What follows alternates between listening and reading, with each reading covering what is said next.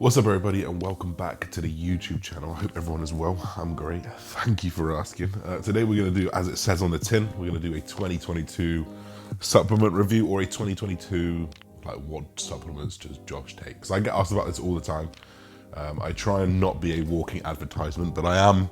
And this video, all of the stuff here is provided by my supplement sponsor, Inside Supplements. You can use Josh 10 on discount across the whole thing. We don't mention it much on the YouTube channel because I don't want to become one of those people who's just like, buy this, buy that, buy this. Because supplements are very much that. They are supplemented to your diet. If there is deficits within your micronutrition, within the vitamins and minerals that you're taking in, then maybe there's a case for some supplements. But more often than not, you probably need a lot less than you need. However, I am an assisted athlete. I use anabolic steroids, so there's going to be a lot more of these things that are going to be a slightly more non-negotiable. And then you've got my inter-individuality differences, things that I specifically want to bring up because of I've had blood tests done or X, Y, and Z, and we'll talk about those as well. So we'll start off with the things that I think that everyone can use, the things that I think everyone, I don't want to say should, but there is an argument for. And that's the best way to put this. So the first thing here is going to be whey. On the left here, a whey isoprotein. I'd much prefer isolate than a normal whey protein or a casein because it's going to be a little bit more digestible, especially for me who's quite high on my off season. Digestibility is going to be the number one factor for choosing food. 60 grams of protein in 2 scoops, rather than having to cook up a chicken breast, it's going to help a lot in the off season. But we also know it's a full amino acid spectrum, so you're going to get your full essential amino acids in this as well. So it's a really good protein source. It's digestible, but if you eat enough protein, you definitely don't need it, but it's something that I would recommend for most people to have in their arsenal ready. Next up, we're going to have a Carb X and essential amino acids. So these are the two things that I use intra-workout. There's a little bit of research to suggest that the combination of an easy digestible protein with an easy digestible carbohydrate like highly branched cyclic dextrin, which has a high osmolarity rate, so it can pass through the gastric lining very, very easy. So if you guys drink carb powder intra-workout, maybe dextrose or something like that, and you have some stomach issues, try swap to highly branched cyclic dextrin. It might help a lot there. There's a little bit of research to suggest that just ingesting a highly digestible protein with a highly digestible carbohydrate intra-workout, when perhaps the need for those two things is at its highest, because we're actually creating muscle protein breakdown when we're training. We're breaking down muscle, and the requirement for nutrients, you'll start pulling those. Like as soon as you start to break down muscle and start to demand energy towards your muscles, you're going to start to pull energy from somewhere, and more often than not, you're well fed, you're well watered, so it's not too much of a problem. For those micro gains, which we talk about, those marginal gains that compound over time, I personally like to recommend an intra-workout. So at the moment mine's quite high. I have 100 grams of carbohydrates and 20 grams of protein, so it's a good 460 calorie shake, 440 calorie shake. But you can start at 20 grams of each, you can start at 30, and just build up over time. But those are two things that I think, natural or not, that you could use. One honorable mention is going to be creatine. I actually don't use creatine. The reason why I don't use creatine is because it tends to put a little bit of pressure on my kidneys, and my kidney markers are generally a little bit skewed. So I like to just remove them. I haven't used creatine in a few years just because I feel like my creatinine is always quite high. Is like adding a little bit of creatine gonna massively adjust my kidneys? Definitely not, but we've got to consider that. I probably am predisposed, this is just my own personal viewing about myself. I'm probably predispositioned to a few kidney issues. I'm probably predispositioned to high blood pressure because I had a few issues when I was natural as well. My kidney markers are always high. I eat a lot of protein. I train really, really hard. I just don't want to add something else onto that stress because I can't remove any of those stresses here.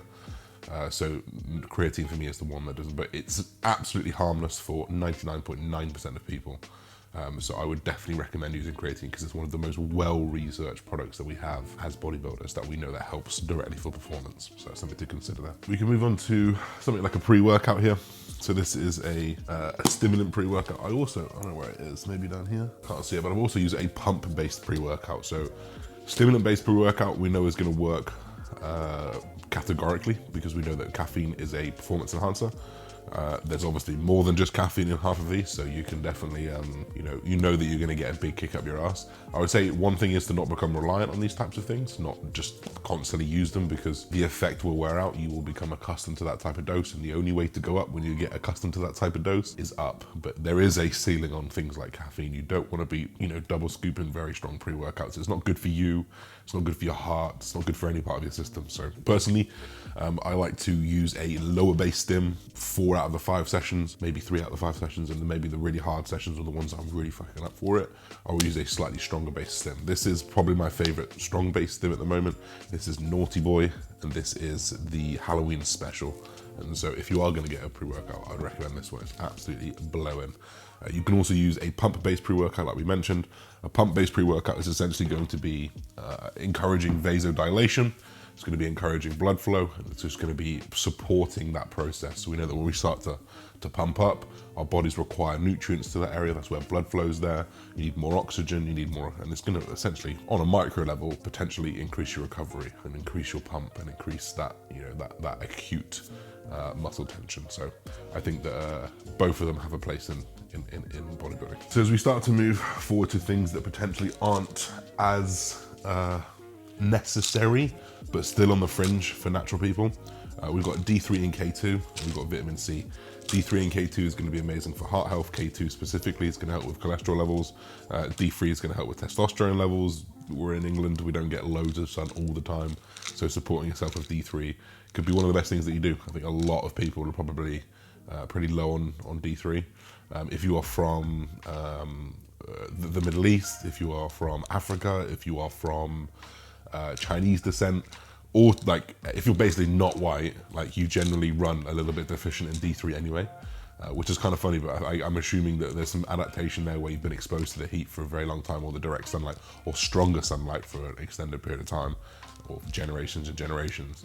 There's been some sort of adaptation where you don't convert as much to vitamin D3 because you probably don't want as much.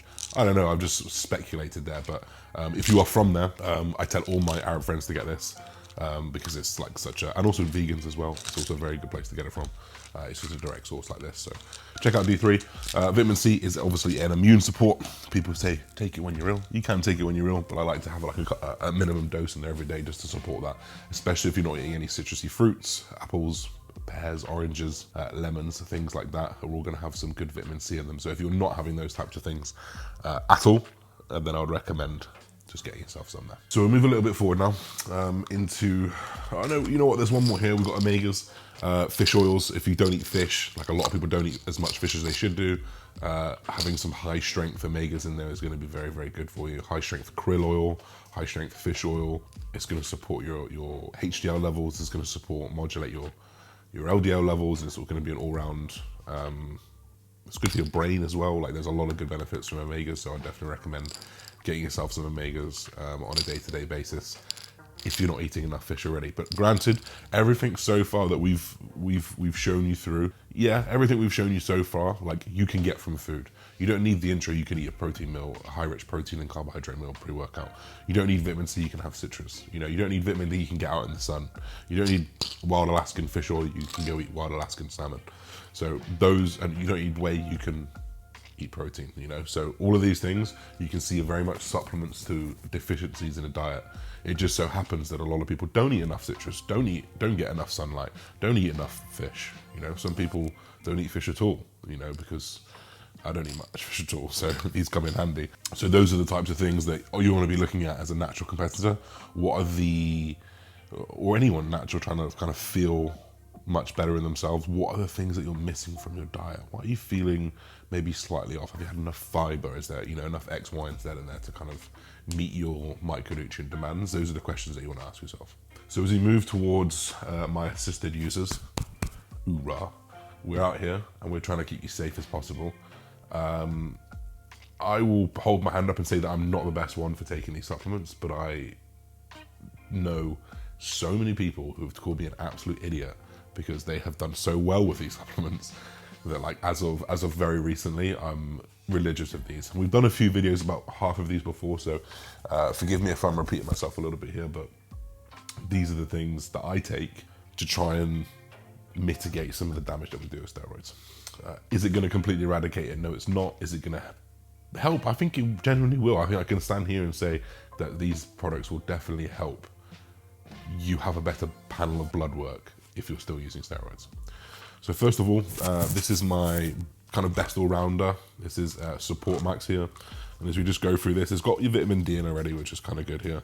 Got magnesium, selenium, N-acetyl L-cysteine, citrus bergamot, betaine HCl, TUDCA, CoQ10, hawthorn berry, dandelion root extract. So, you know, you've got things here that are going to support your blood lipids like citrus bergamot. You've got things that are going to support your kidney and liver like TUDCA and CoQ10. This is like an all-rounder. You know, this is like, I don't want to say if you've got one product, you got this, if you're assisted, because you should fucking get them all. But like, this is your all-rounder. This is your central midfielder. This is the guy who's just pinging something over to your kidneys, hitting yourself over to the heart, touching on that cholesterol. You know, it's good at all of them. Maybe not great at one specific thing, but good at all of them, you know. And just like taking 4 tablets of this, it might help you a little bit here. So we've got a couple of these because they go through quite quickly. We'll move on to a CV stack and also Love Heart by Train. This is by Train by Jamie Nutrition. This is by Supplement Needs. CV stack here. You're gonna hear some similar things here. You got vitamin D again. You got vitamin K. You got green tea extract. You got citrus bergamot again. You got astaxanthin. You got coenzyme 10 again. Now you can see that there's a lot of crossover between these two things, between the Support Max and CV stack. So when you are combining a lot of these, you just want to take note of what you're stacking on top of each other, because this has got 5,000 IUs of vitamin D. That's more than enough for the day. If you've got another couple thousand IUs here and then you're taking a vitamin D supplement as well, you may be taking a little bit too much of vitamin D, for example. These are perfect to take in conjunction with each other, so you can take note of that. But this is going to do largely similar things to this, but maybe in a little bit more specific role with cardiovascular, because it's the CV stack. And then we've got Love Heart here. Now, I've not used any of Trained by JP's supplements, but I've heard amazing things. He uses only patented ingredients, so they have to be literally the 100% medical grade or whatever grade it is, whereas all these other supplements, they're not patented materials. They're just like, you know, they're the best that they can find, and who knows what goes into them, but these have to be clinically painted ingredients. So you got bergamot, which is the painted bergamot. You got ubiquinol, which is the painted ubiquinol. You got grapeseed extract. You got celery seed extract. This is going to help kidney health. It's going to help cholesterol. It's also going to help reduce blood pressure. So I'm just going to start using this week, along with a few other things of JP stack, and I'm going to see what the difference is to my blood work, which I'm pretty interested to see, to be honest. It should be good. We've then got Lipid Max here. This is something new that I've got. I've been reading into a little bit of these things here. Lysine and vitamin C, apparently combining vitamin C and lysine, it's supposed to be very, very good for LDL cholesterol, which is something that I suffer with, high LDL cholesterol. So I'm very interested to see this. I've not used this, so I'm not going to sit here and say that you have to go get it, but I've heard very, very good things about it, which is why it's come into my domain and why I've got myself a tub here. But this has got, again, it's got your vitamin C in there, it's got your lysine, because I think they work interjunctionally or in synergy with each other for the purpose of LDL. Don't quote me, that's just what I've heard. Citrus bergamot, again, we've got grapeseed extract, we've got coenzyme Q10 as well. So if I'm honest, I'm probably going to use this one instead of the Supplement Needs one just for now, just so I can gauge the difference. Like I said, you've probably heard me say coenzyme 10 or CoQ10, or you've probably heard me say citrus bergamot 3 times now. So you can see we're adding on to, you don't need to have every single serving of it. I'd very much pick one of these. But Lipid Max is going to be going in. We've got red yeast rice extract here as well. This is something a little bit more specific to me.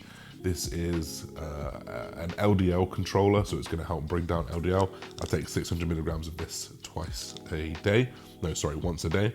And this is mostly red yeast rice extract, which is supposedly supposed to go in and help break down those large density lipoproteins. So this has generally worked for me. I've done periods of time when I've had my blood work done and my LDL is a little bit high, so we've ran 4 weeks of this and then retested, and we've seen LDL come down, which has been very, very good to see. So I would attest to this, and this is something that I give to clients who've got slightly high LDL. Coming to the final few things now, We've got a strag flow here. Now this is specifically for kidneys and blood pressure.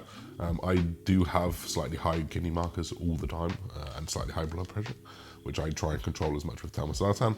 But this has basically got astragalus in it, beetroot extract, hawthorn berry, goldenrod, just things that help promote blood flow. Astragalus in 8,000 milligrams per day has been shown to actively reduce blood pressure, but also actively increase the filtration rate of your kidneys. So this is something that I take every day to try and help the process along. And this is something that I've also seen some good results on blood work with as well. So this is for kidneys specifically. And then finally, we've got liposomal glutathione. Glutathione being one of the most powerful antioxidants the human body has. So kind of topping up on those when we're injecting ourselves with steroids, you know, eating a lot of food, like the accumulation of heavy metals, just horrible particles that get into our foods, plastics that get into our foods, that get into our drinks, that get into our water, that get into our steroids. We're consuming so many more of those versus everyone else. So having something just to support that function in terms of antioxicity, if that's even a word, has always been something at the forefront of what I do. That's pretty much it. That's pretty much all I take. There's probably a few things that I could take extra that would improve that stack. There's probably a few things that I potentially don't need, but these are the things that I use. And some of my favorite brands here, you know, trained by Jamie Nutrition, who've got supplement needs. There's Strom as well. You know, in terms of like health supplements, those are your 3 go-tos in the UK. And if you can get them elsewhere, then I would, because, you know, once you find a good brand that you know is not going to serve you shit, because a lot of these brands will get big and then start cutting costs because they'll save so much money. These brands will categorically not do that, because they will lose all of their athletes, all of their influencers, and everyone will cuss them out.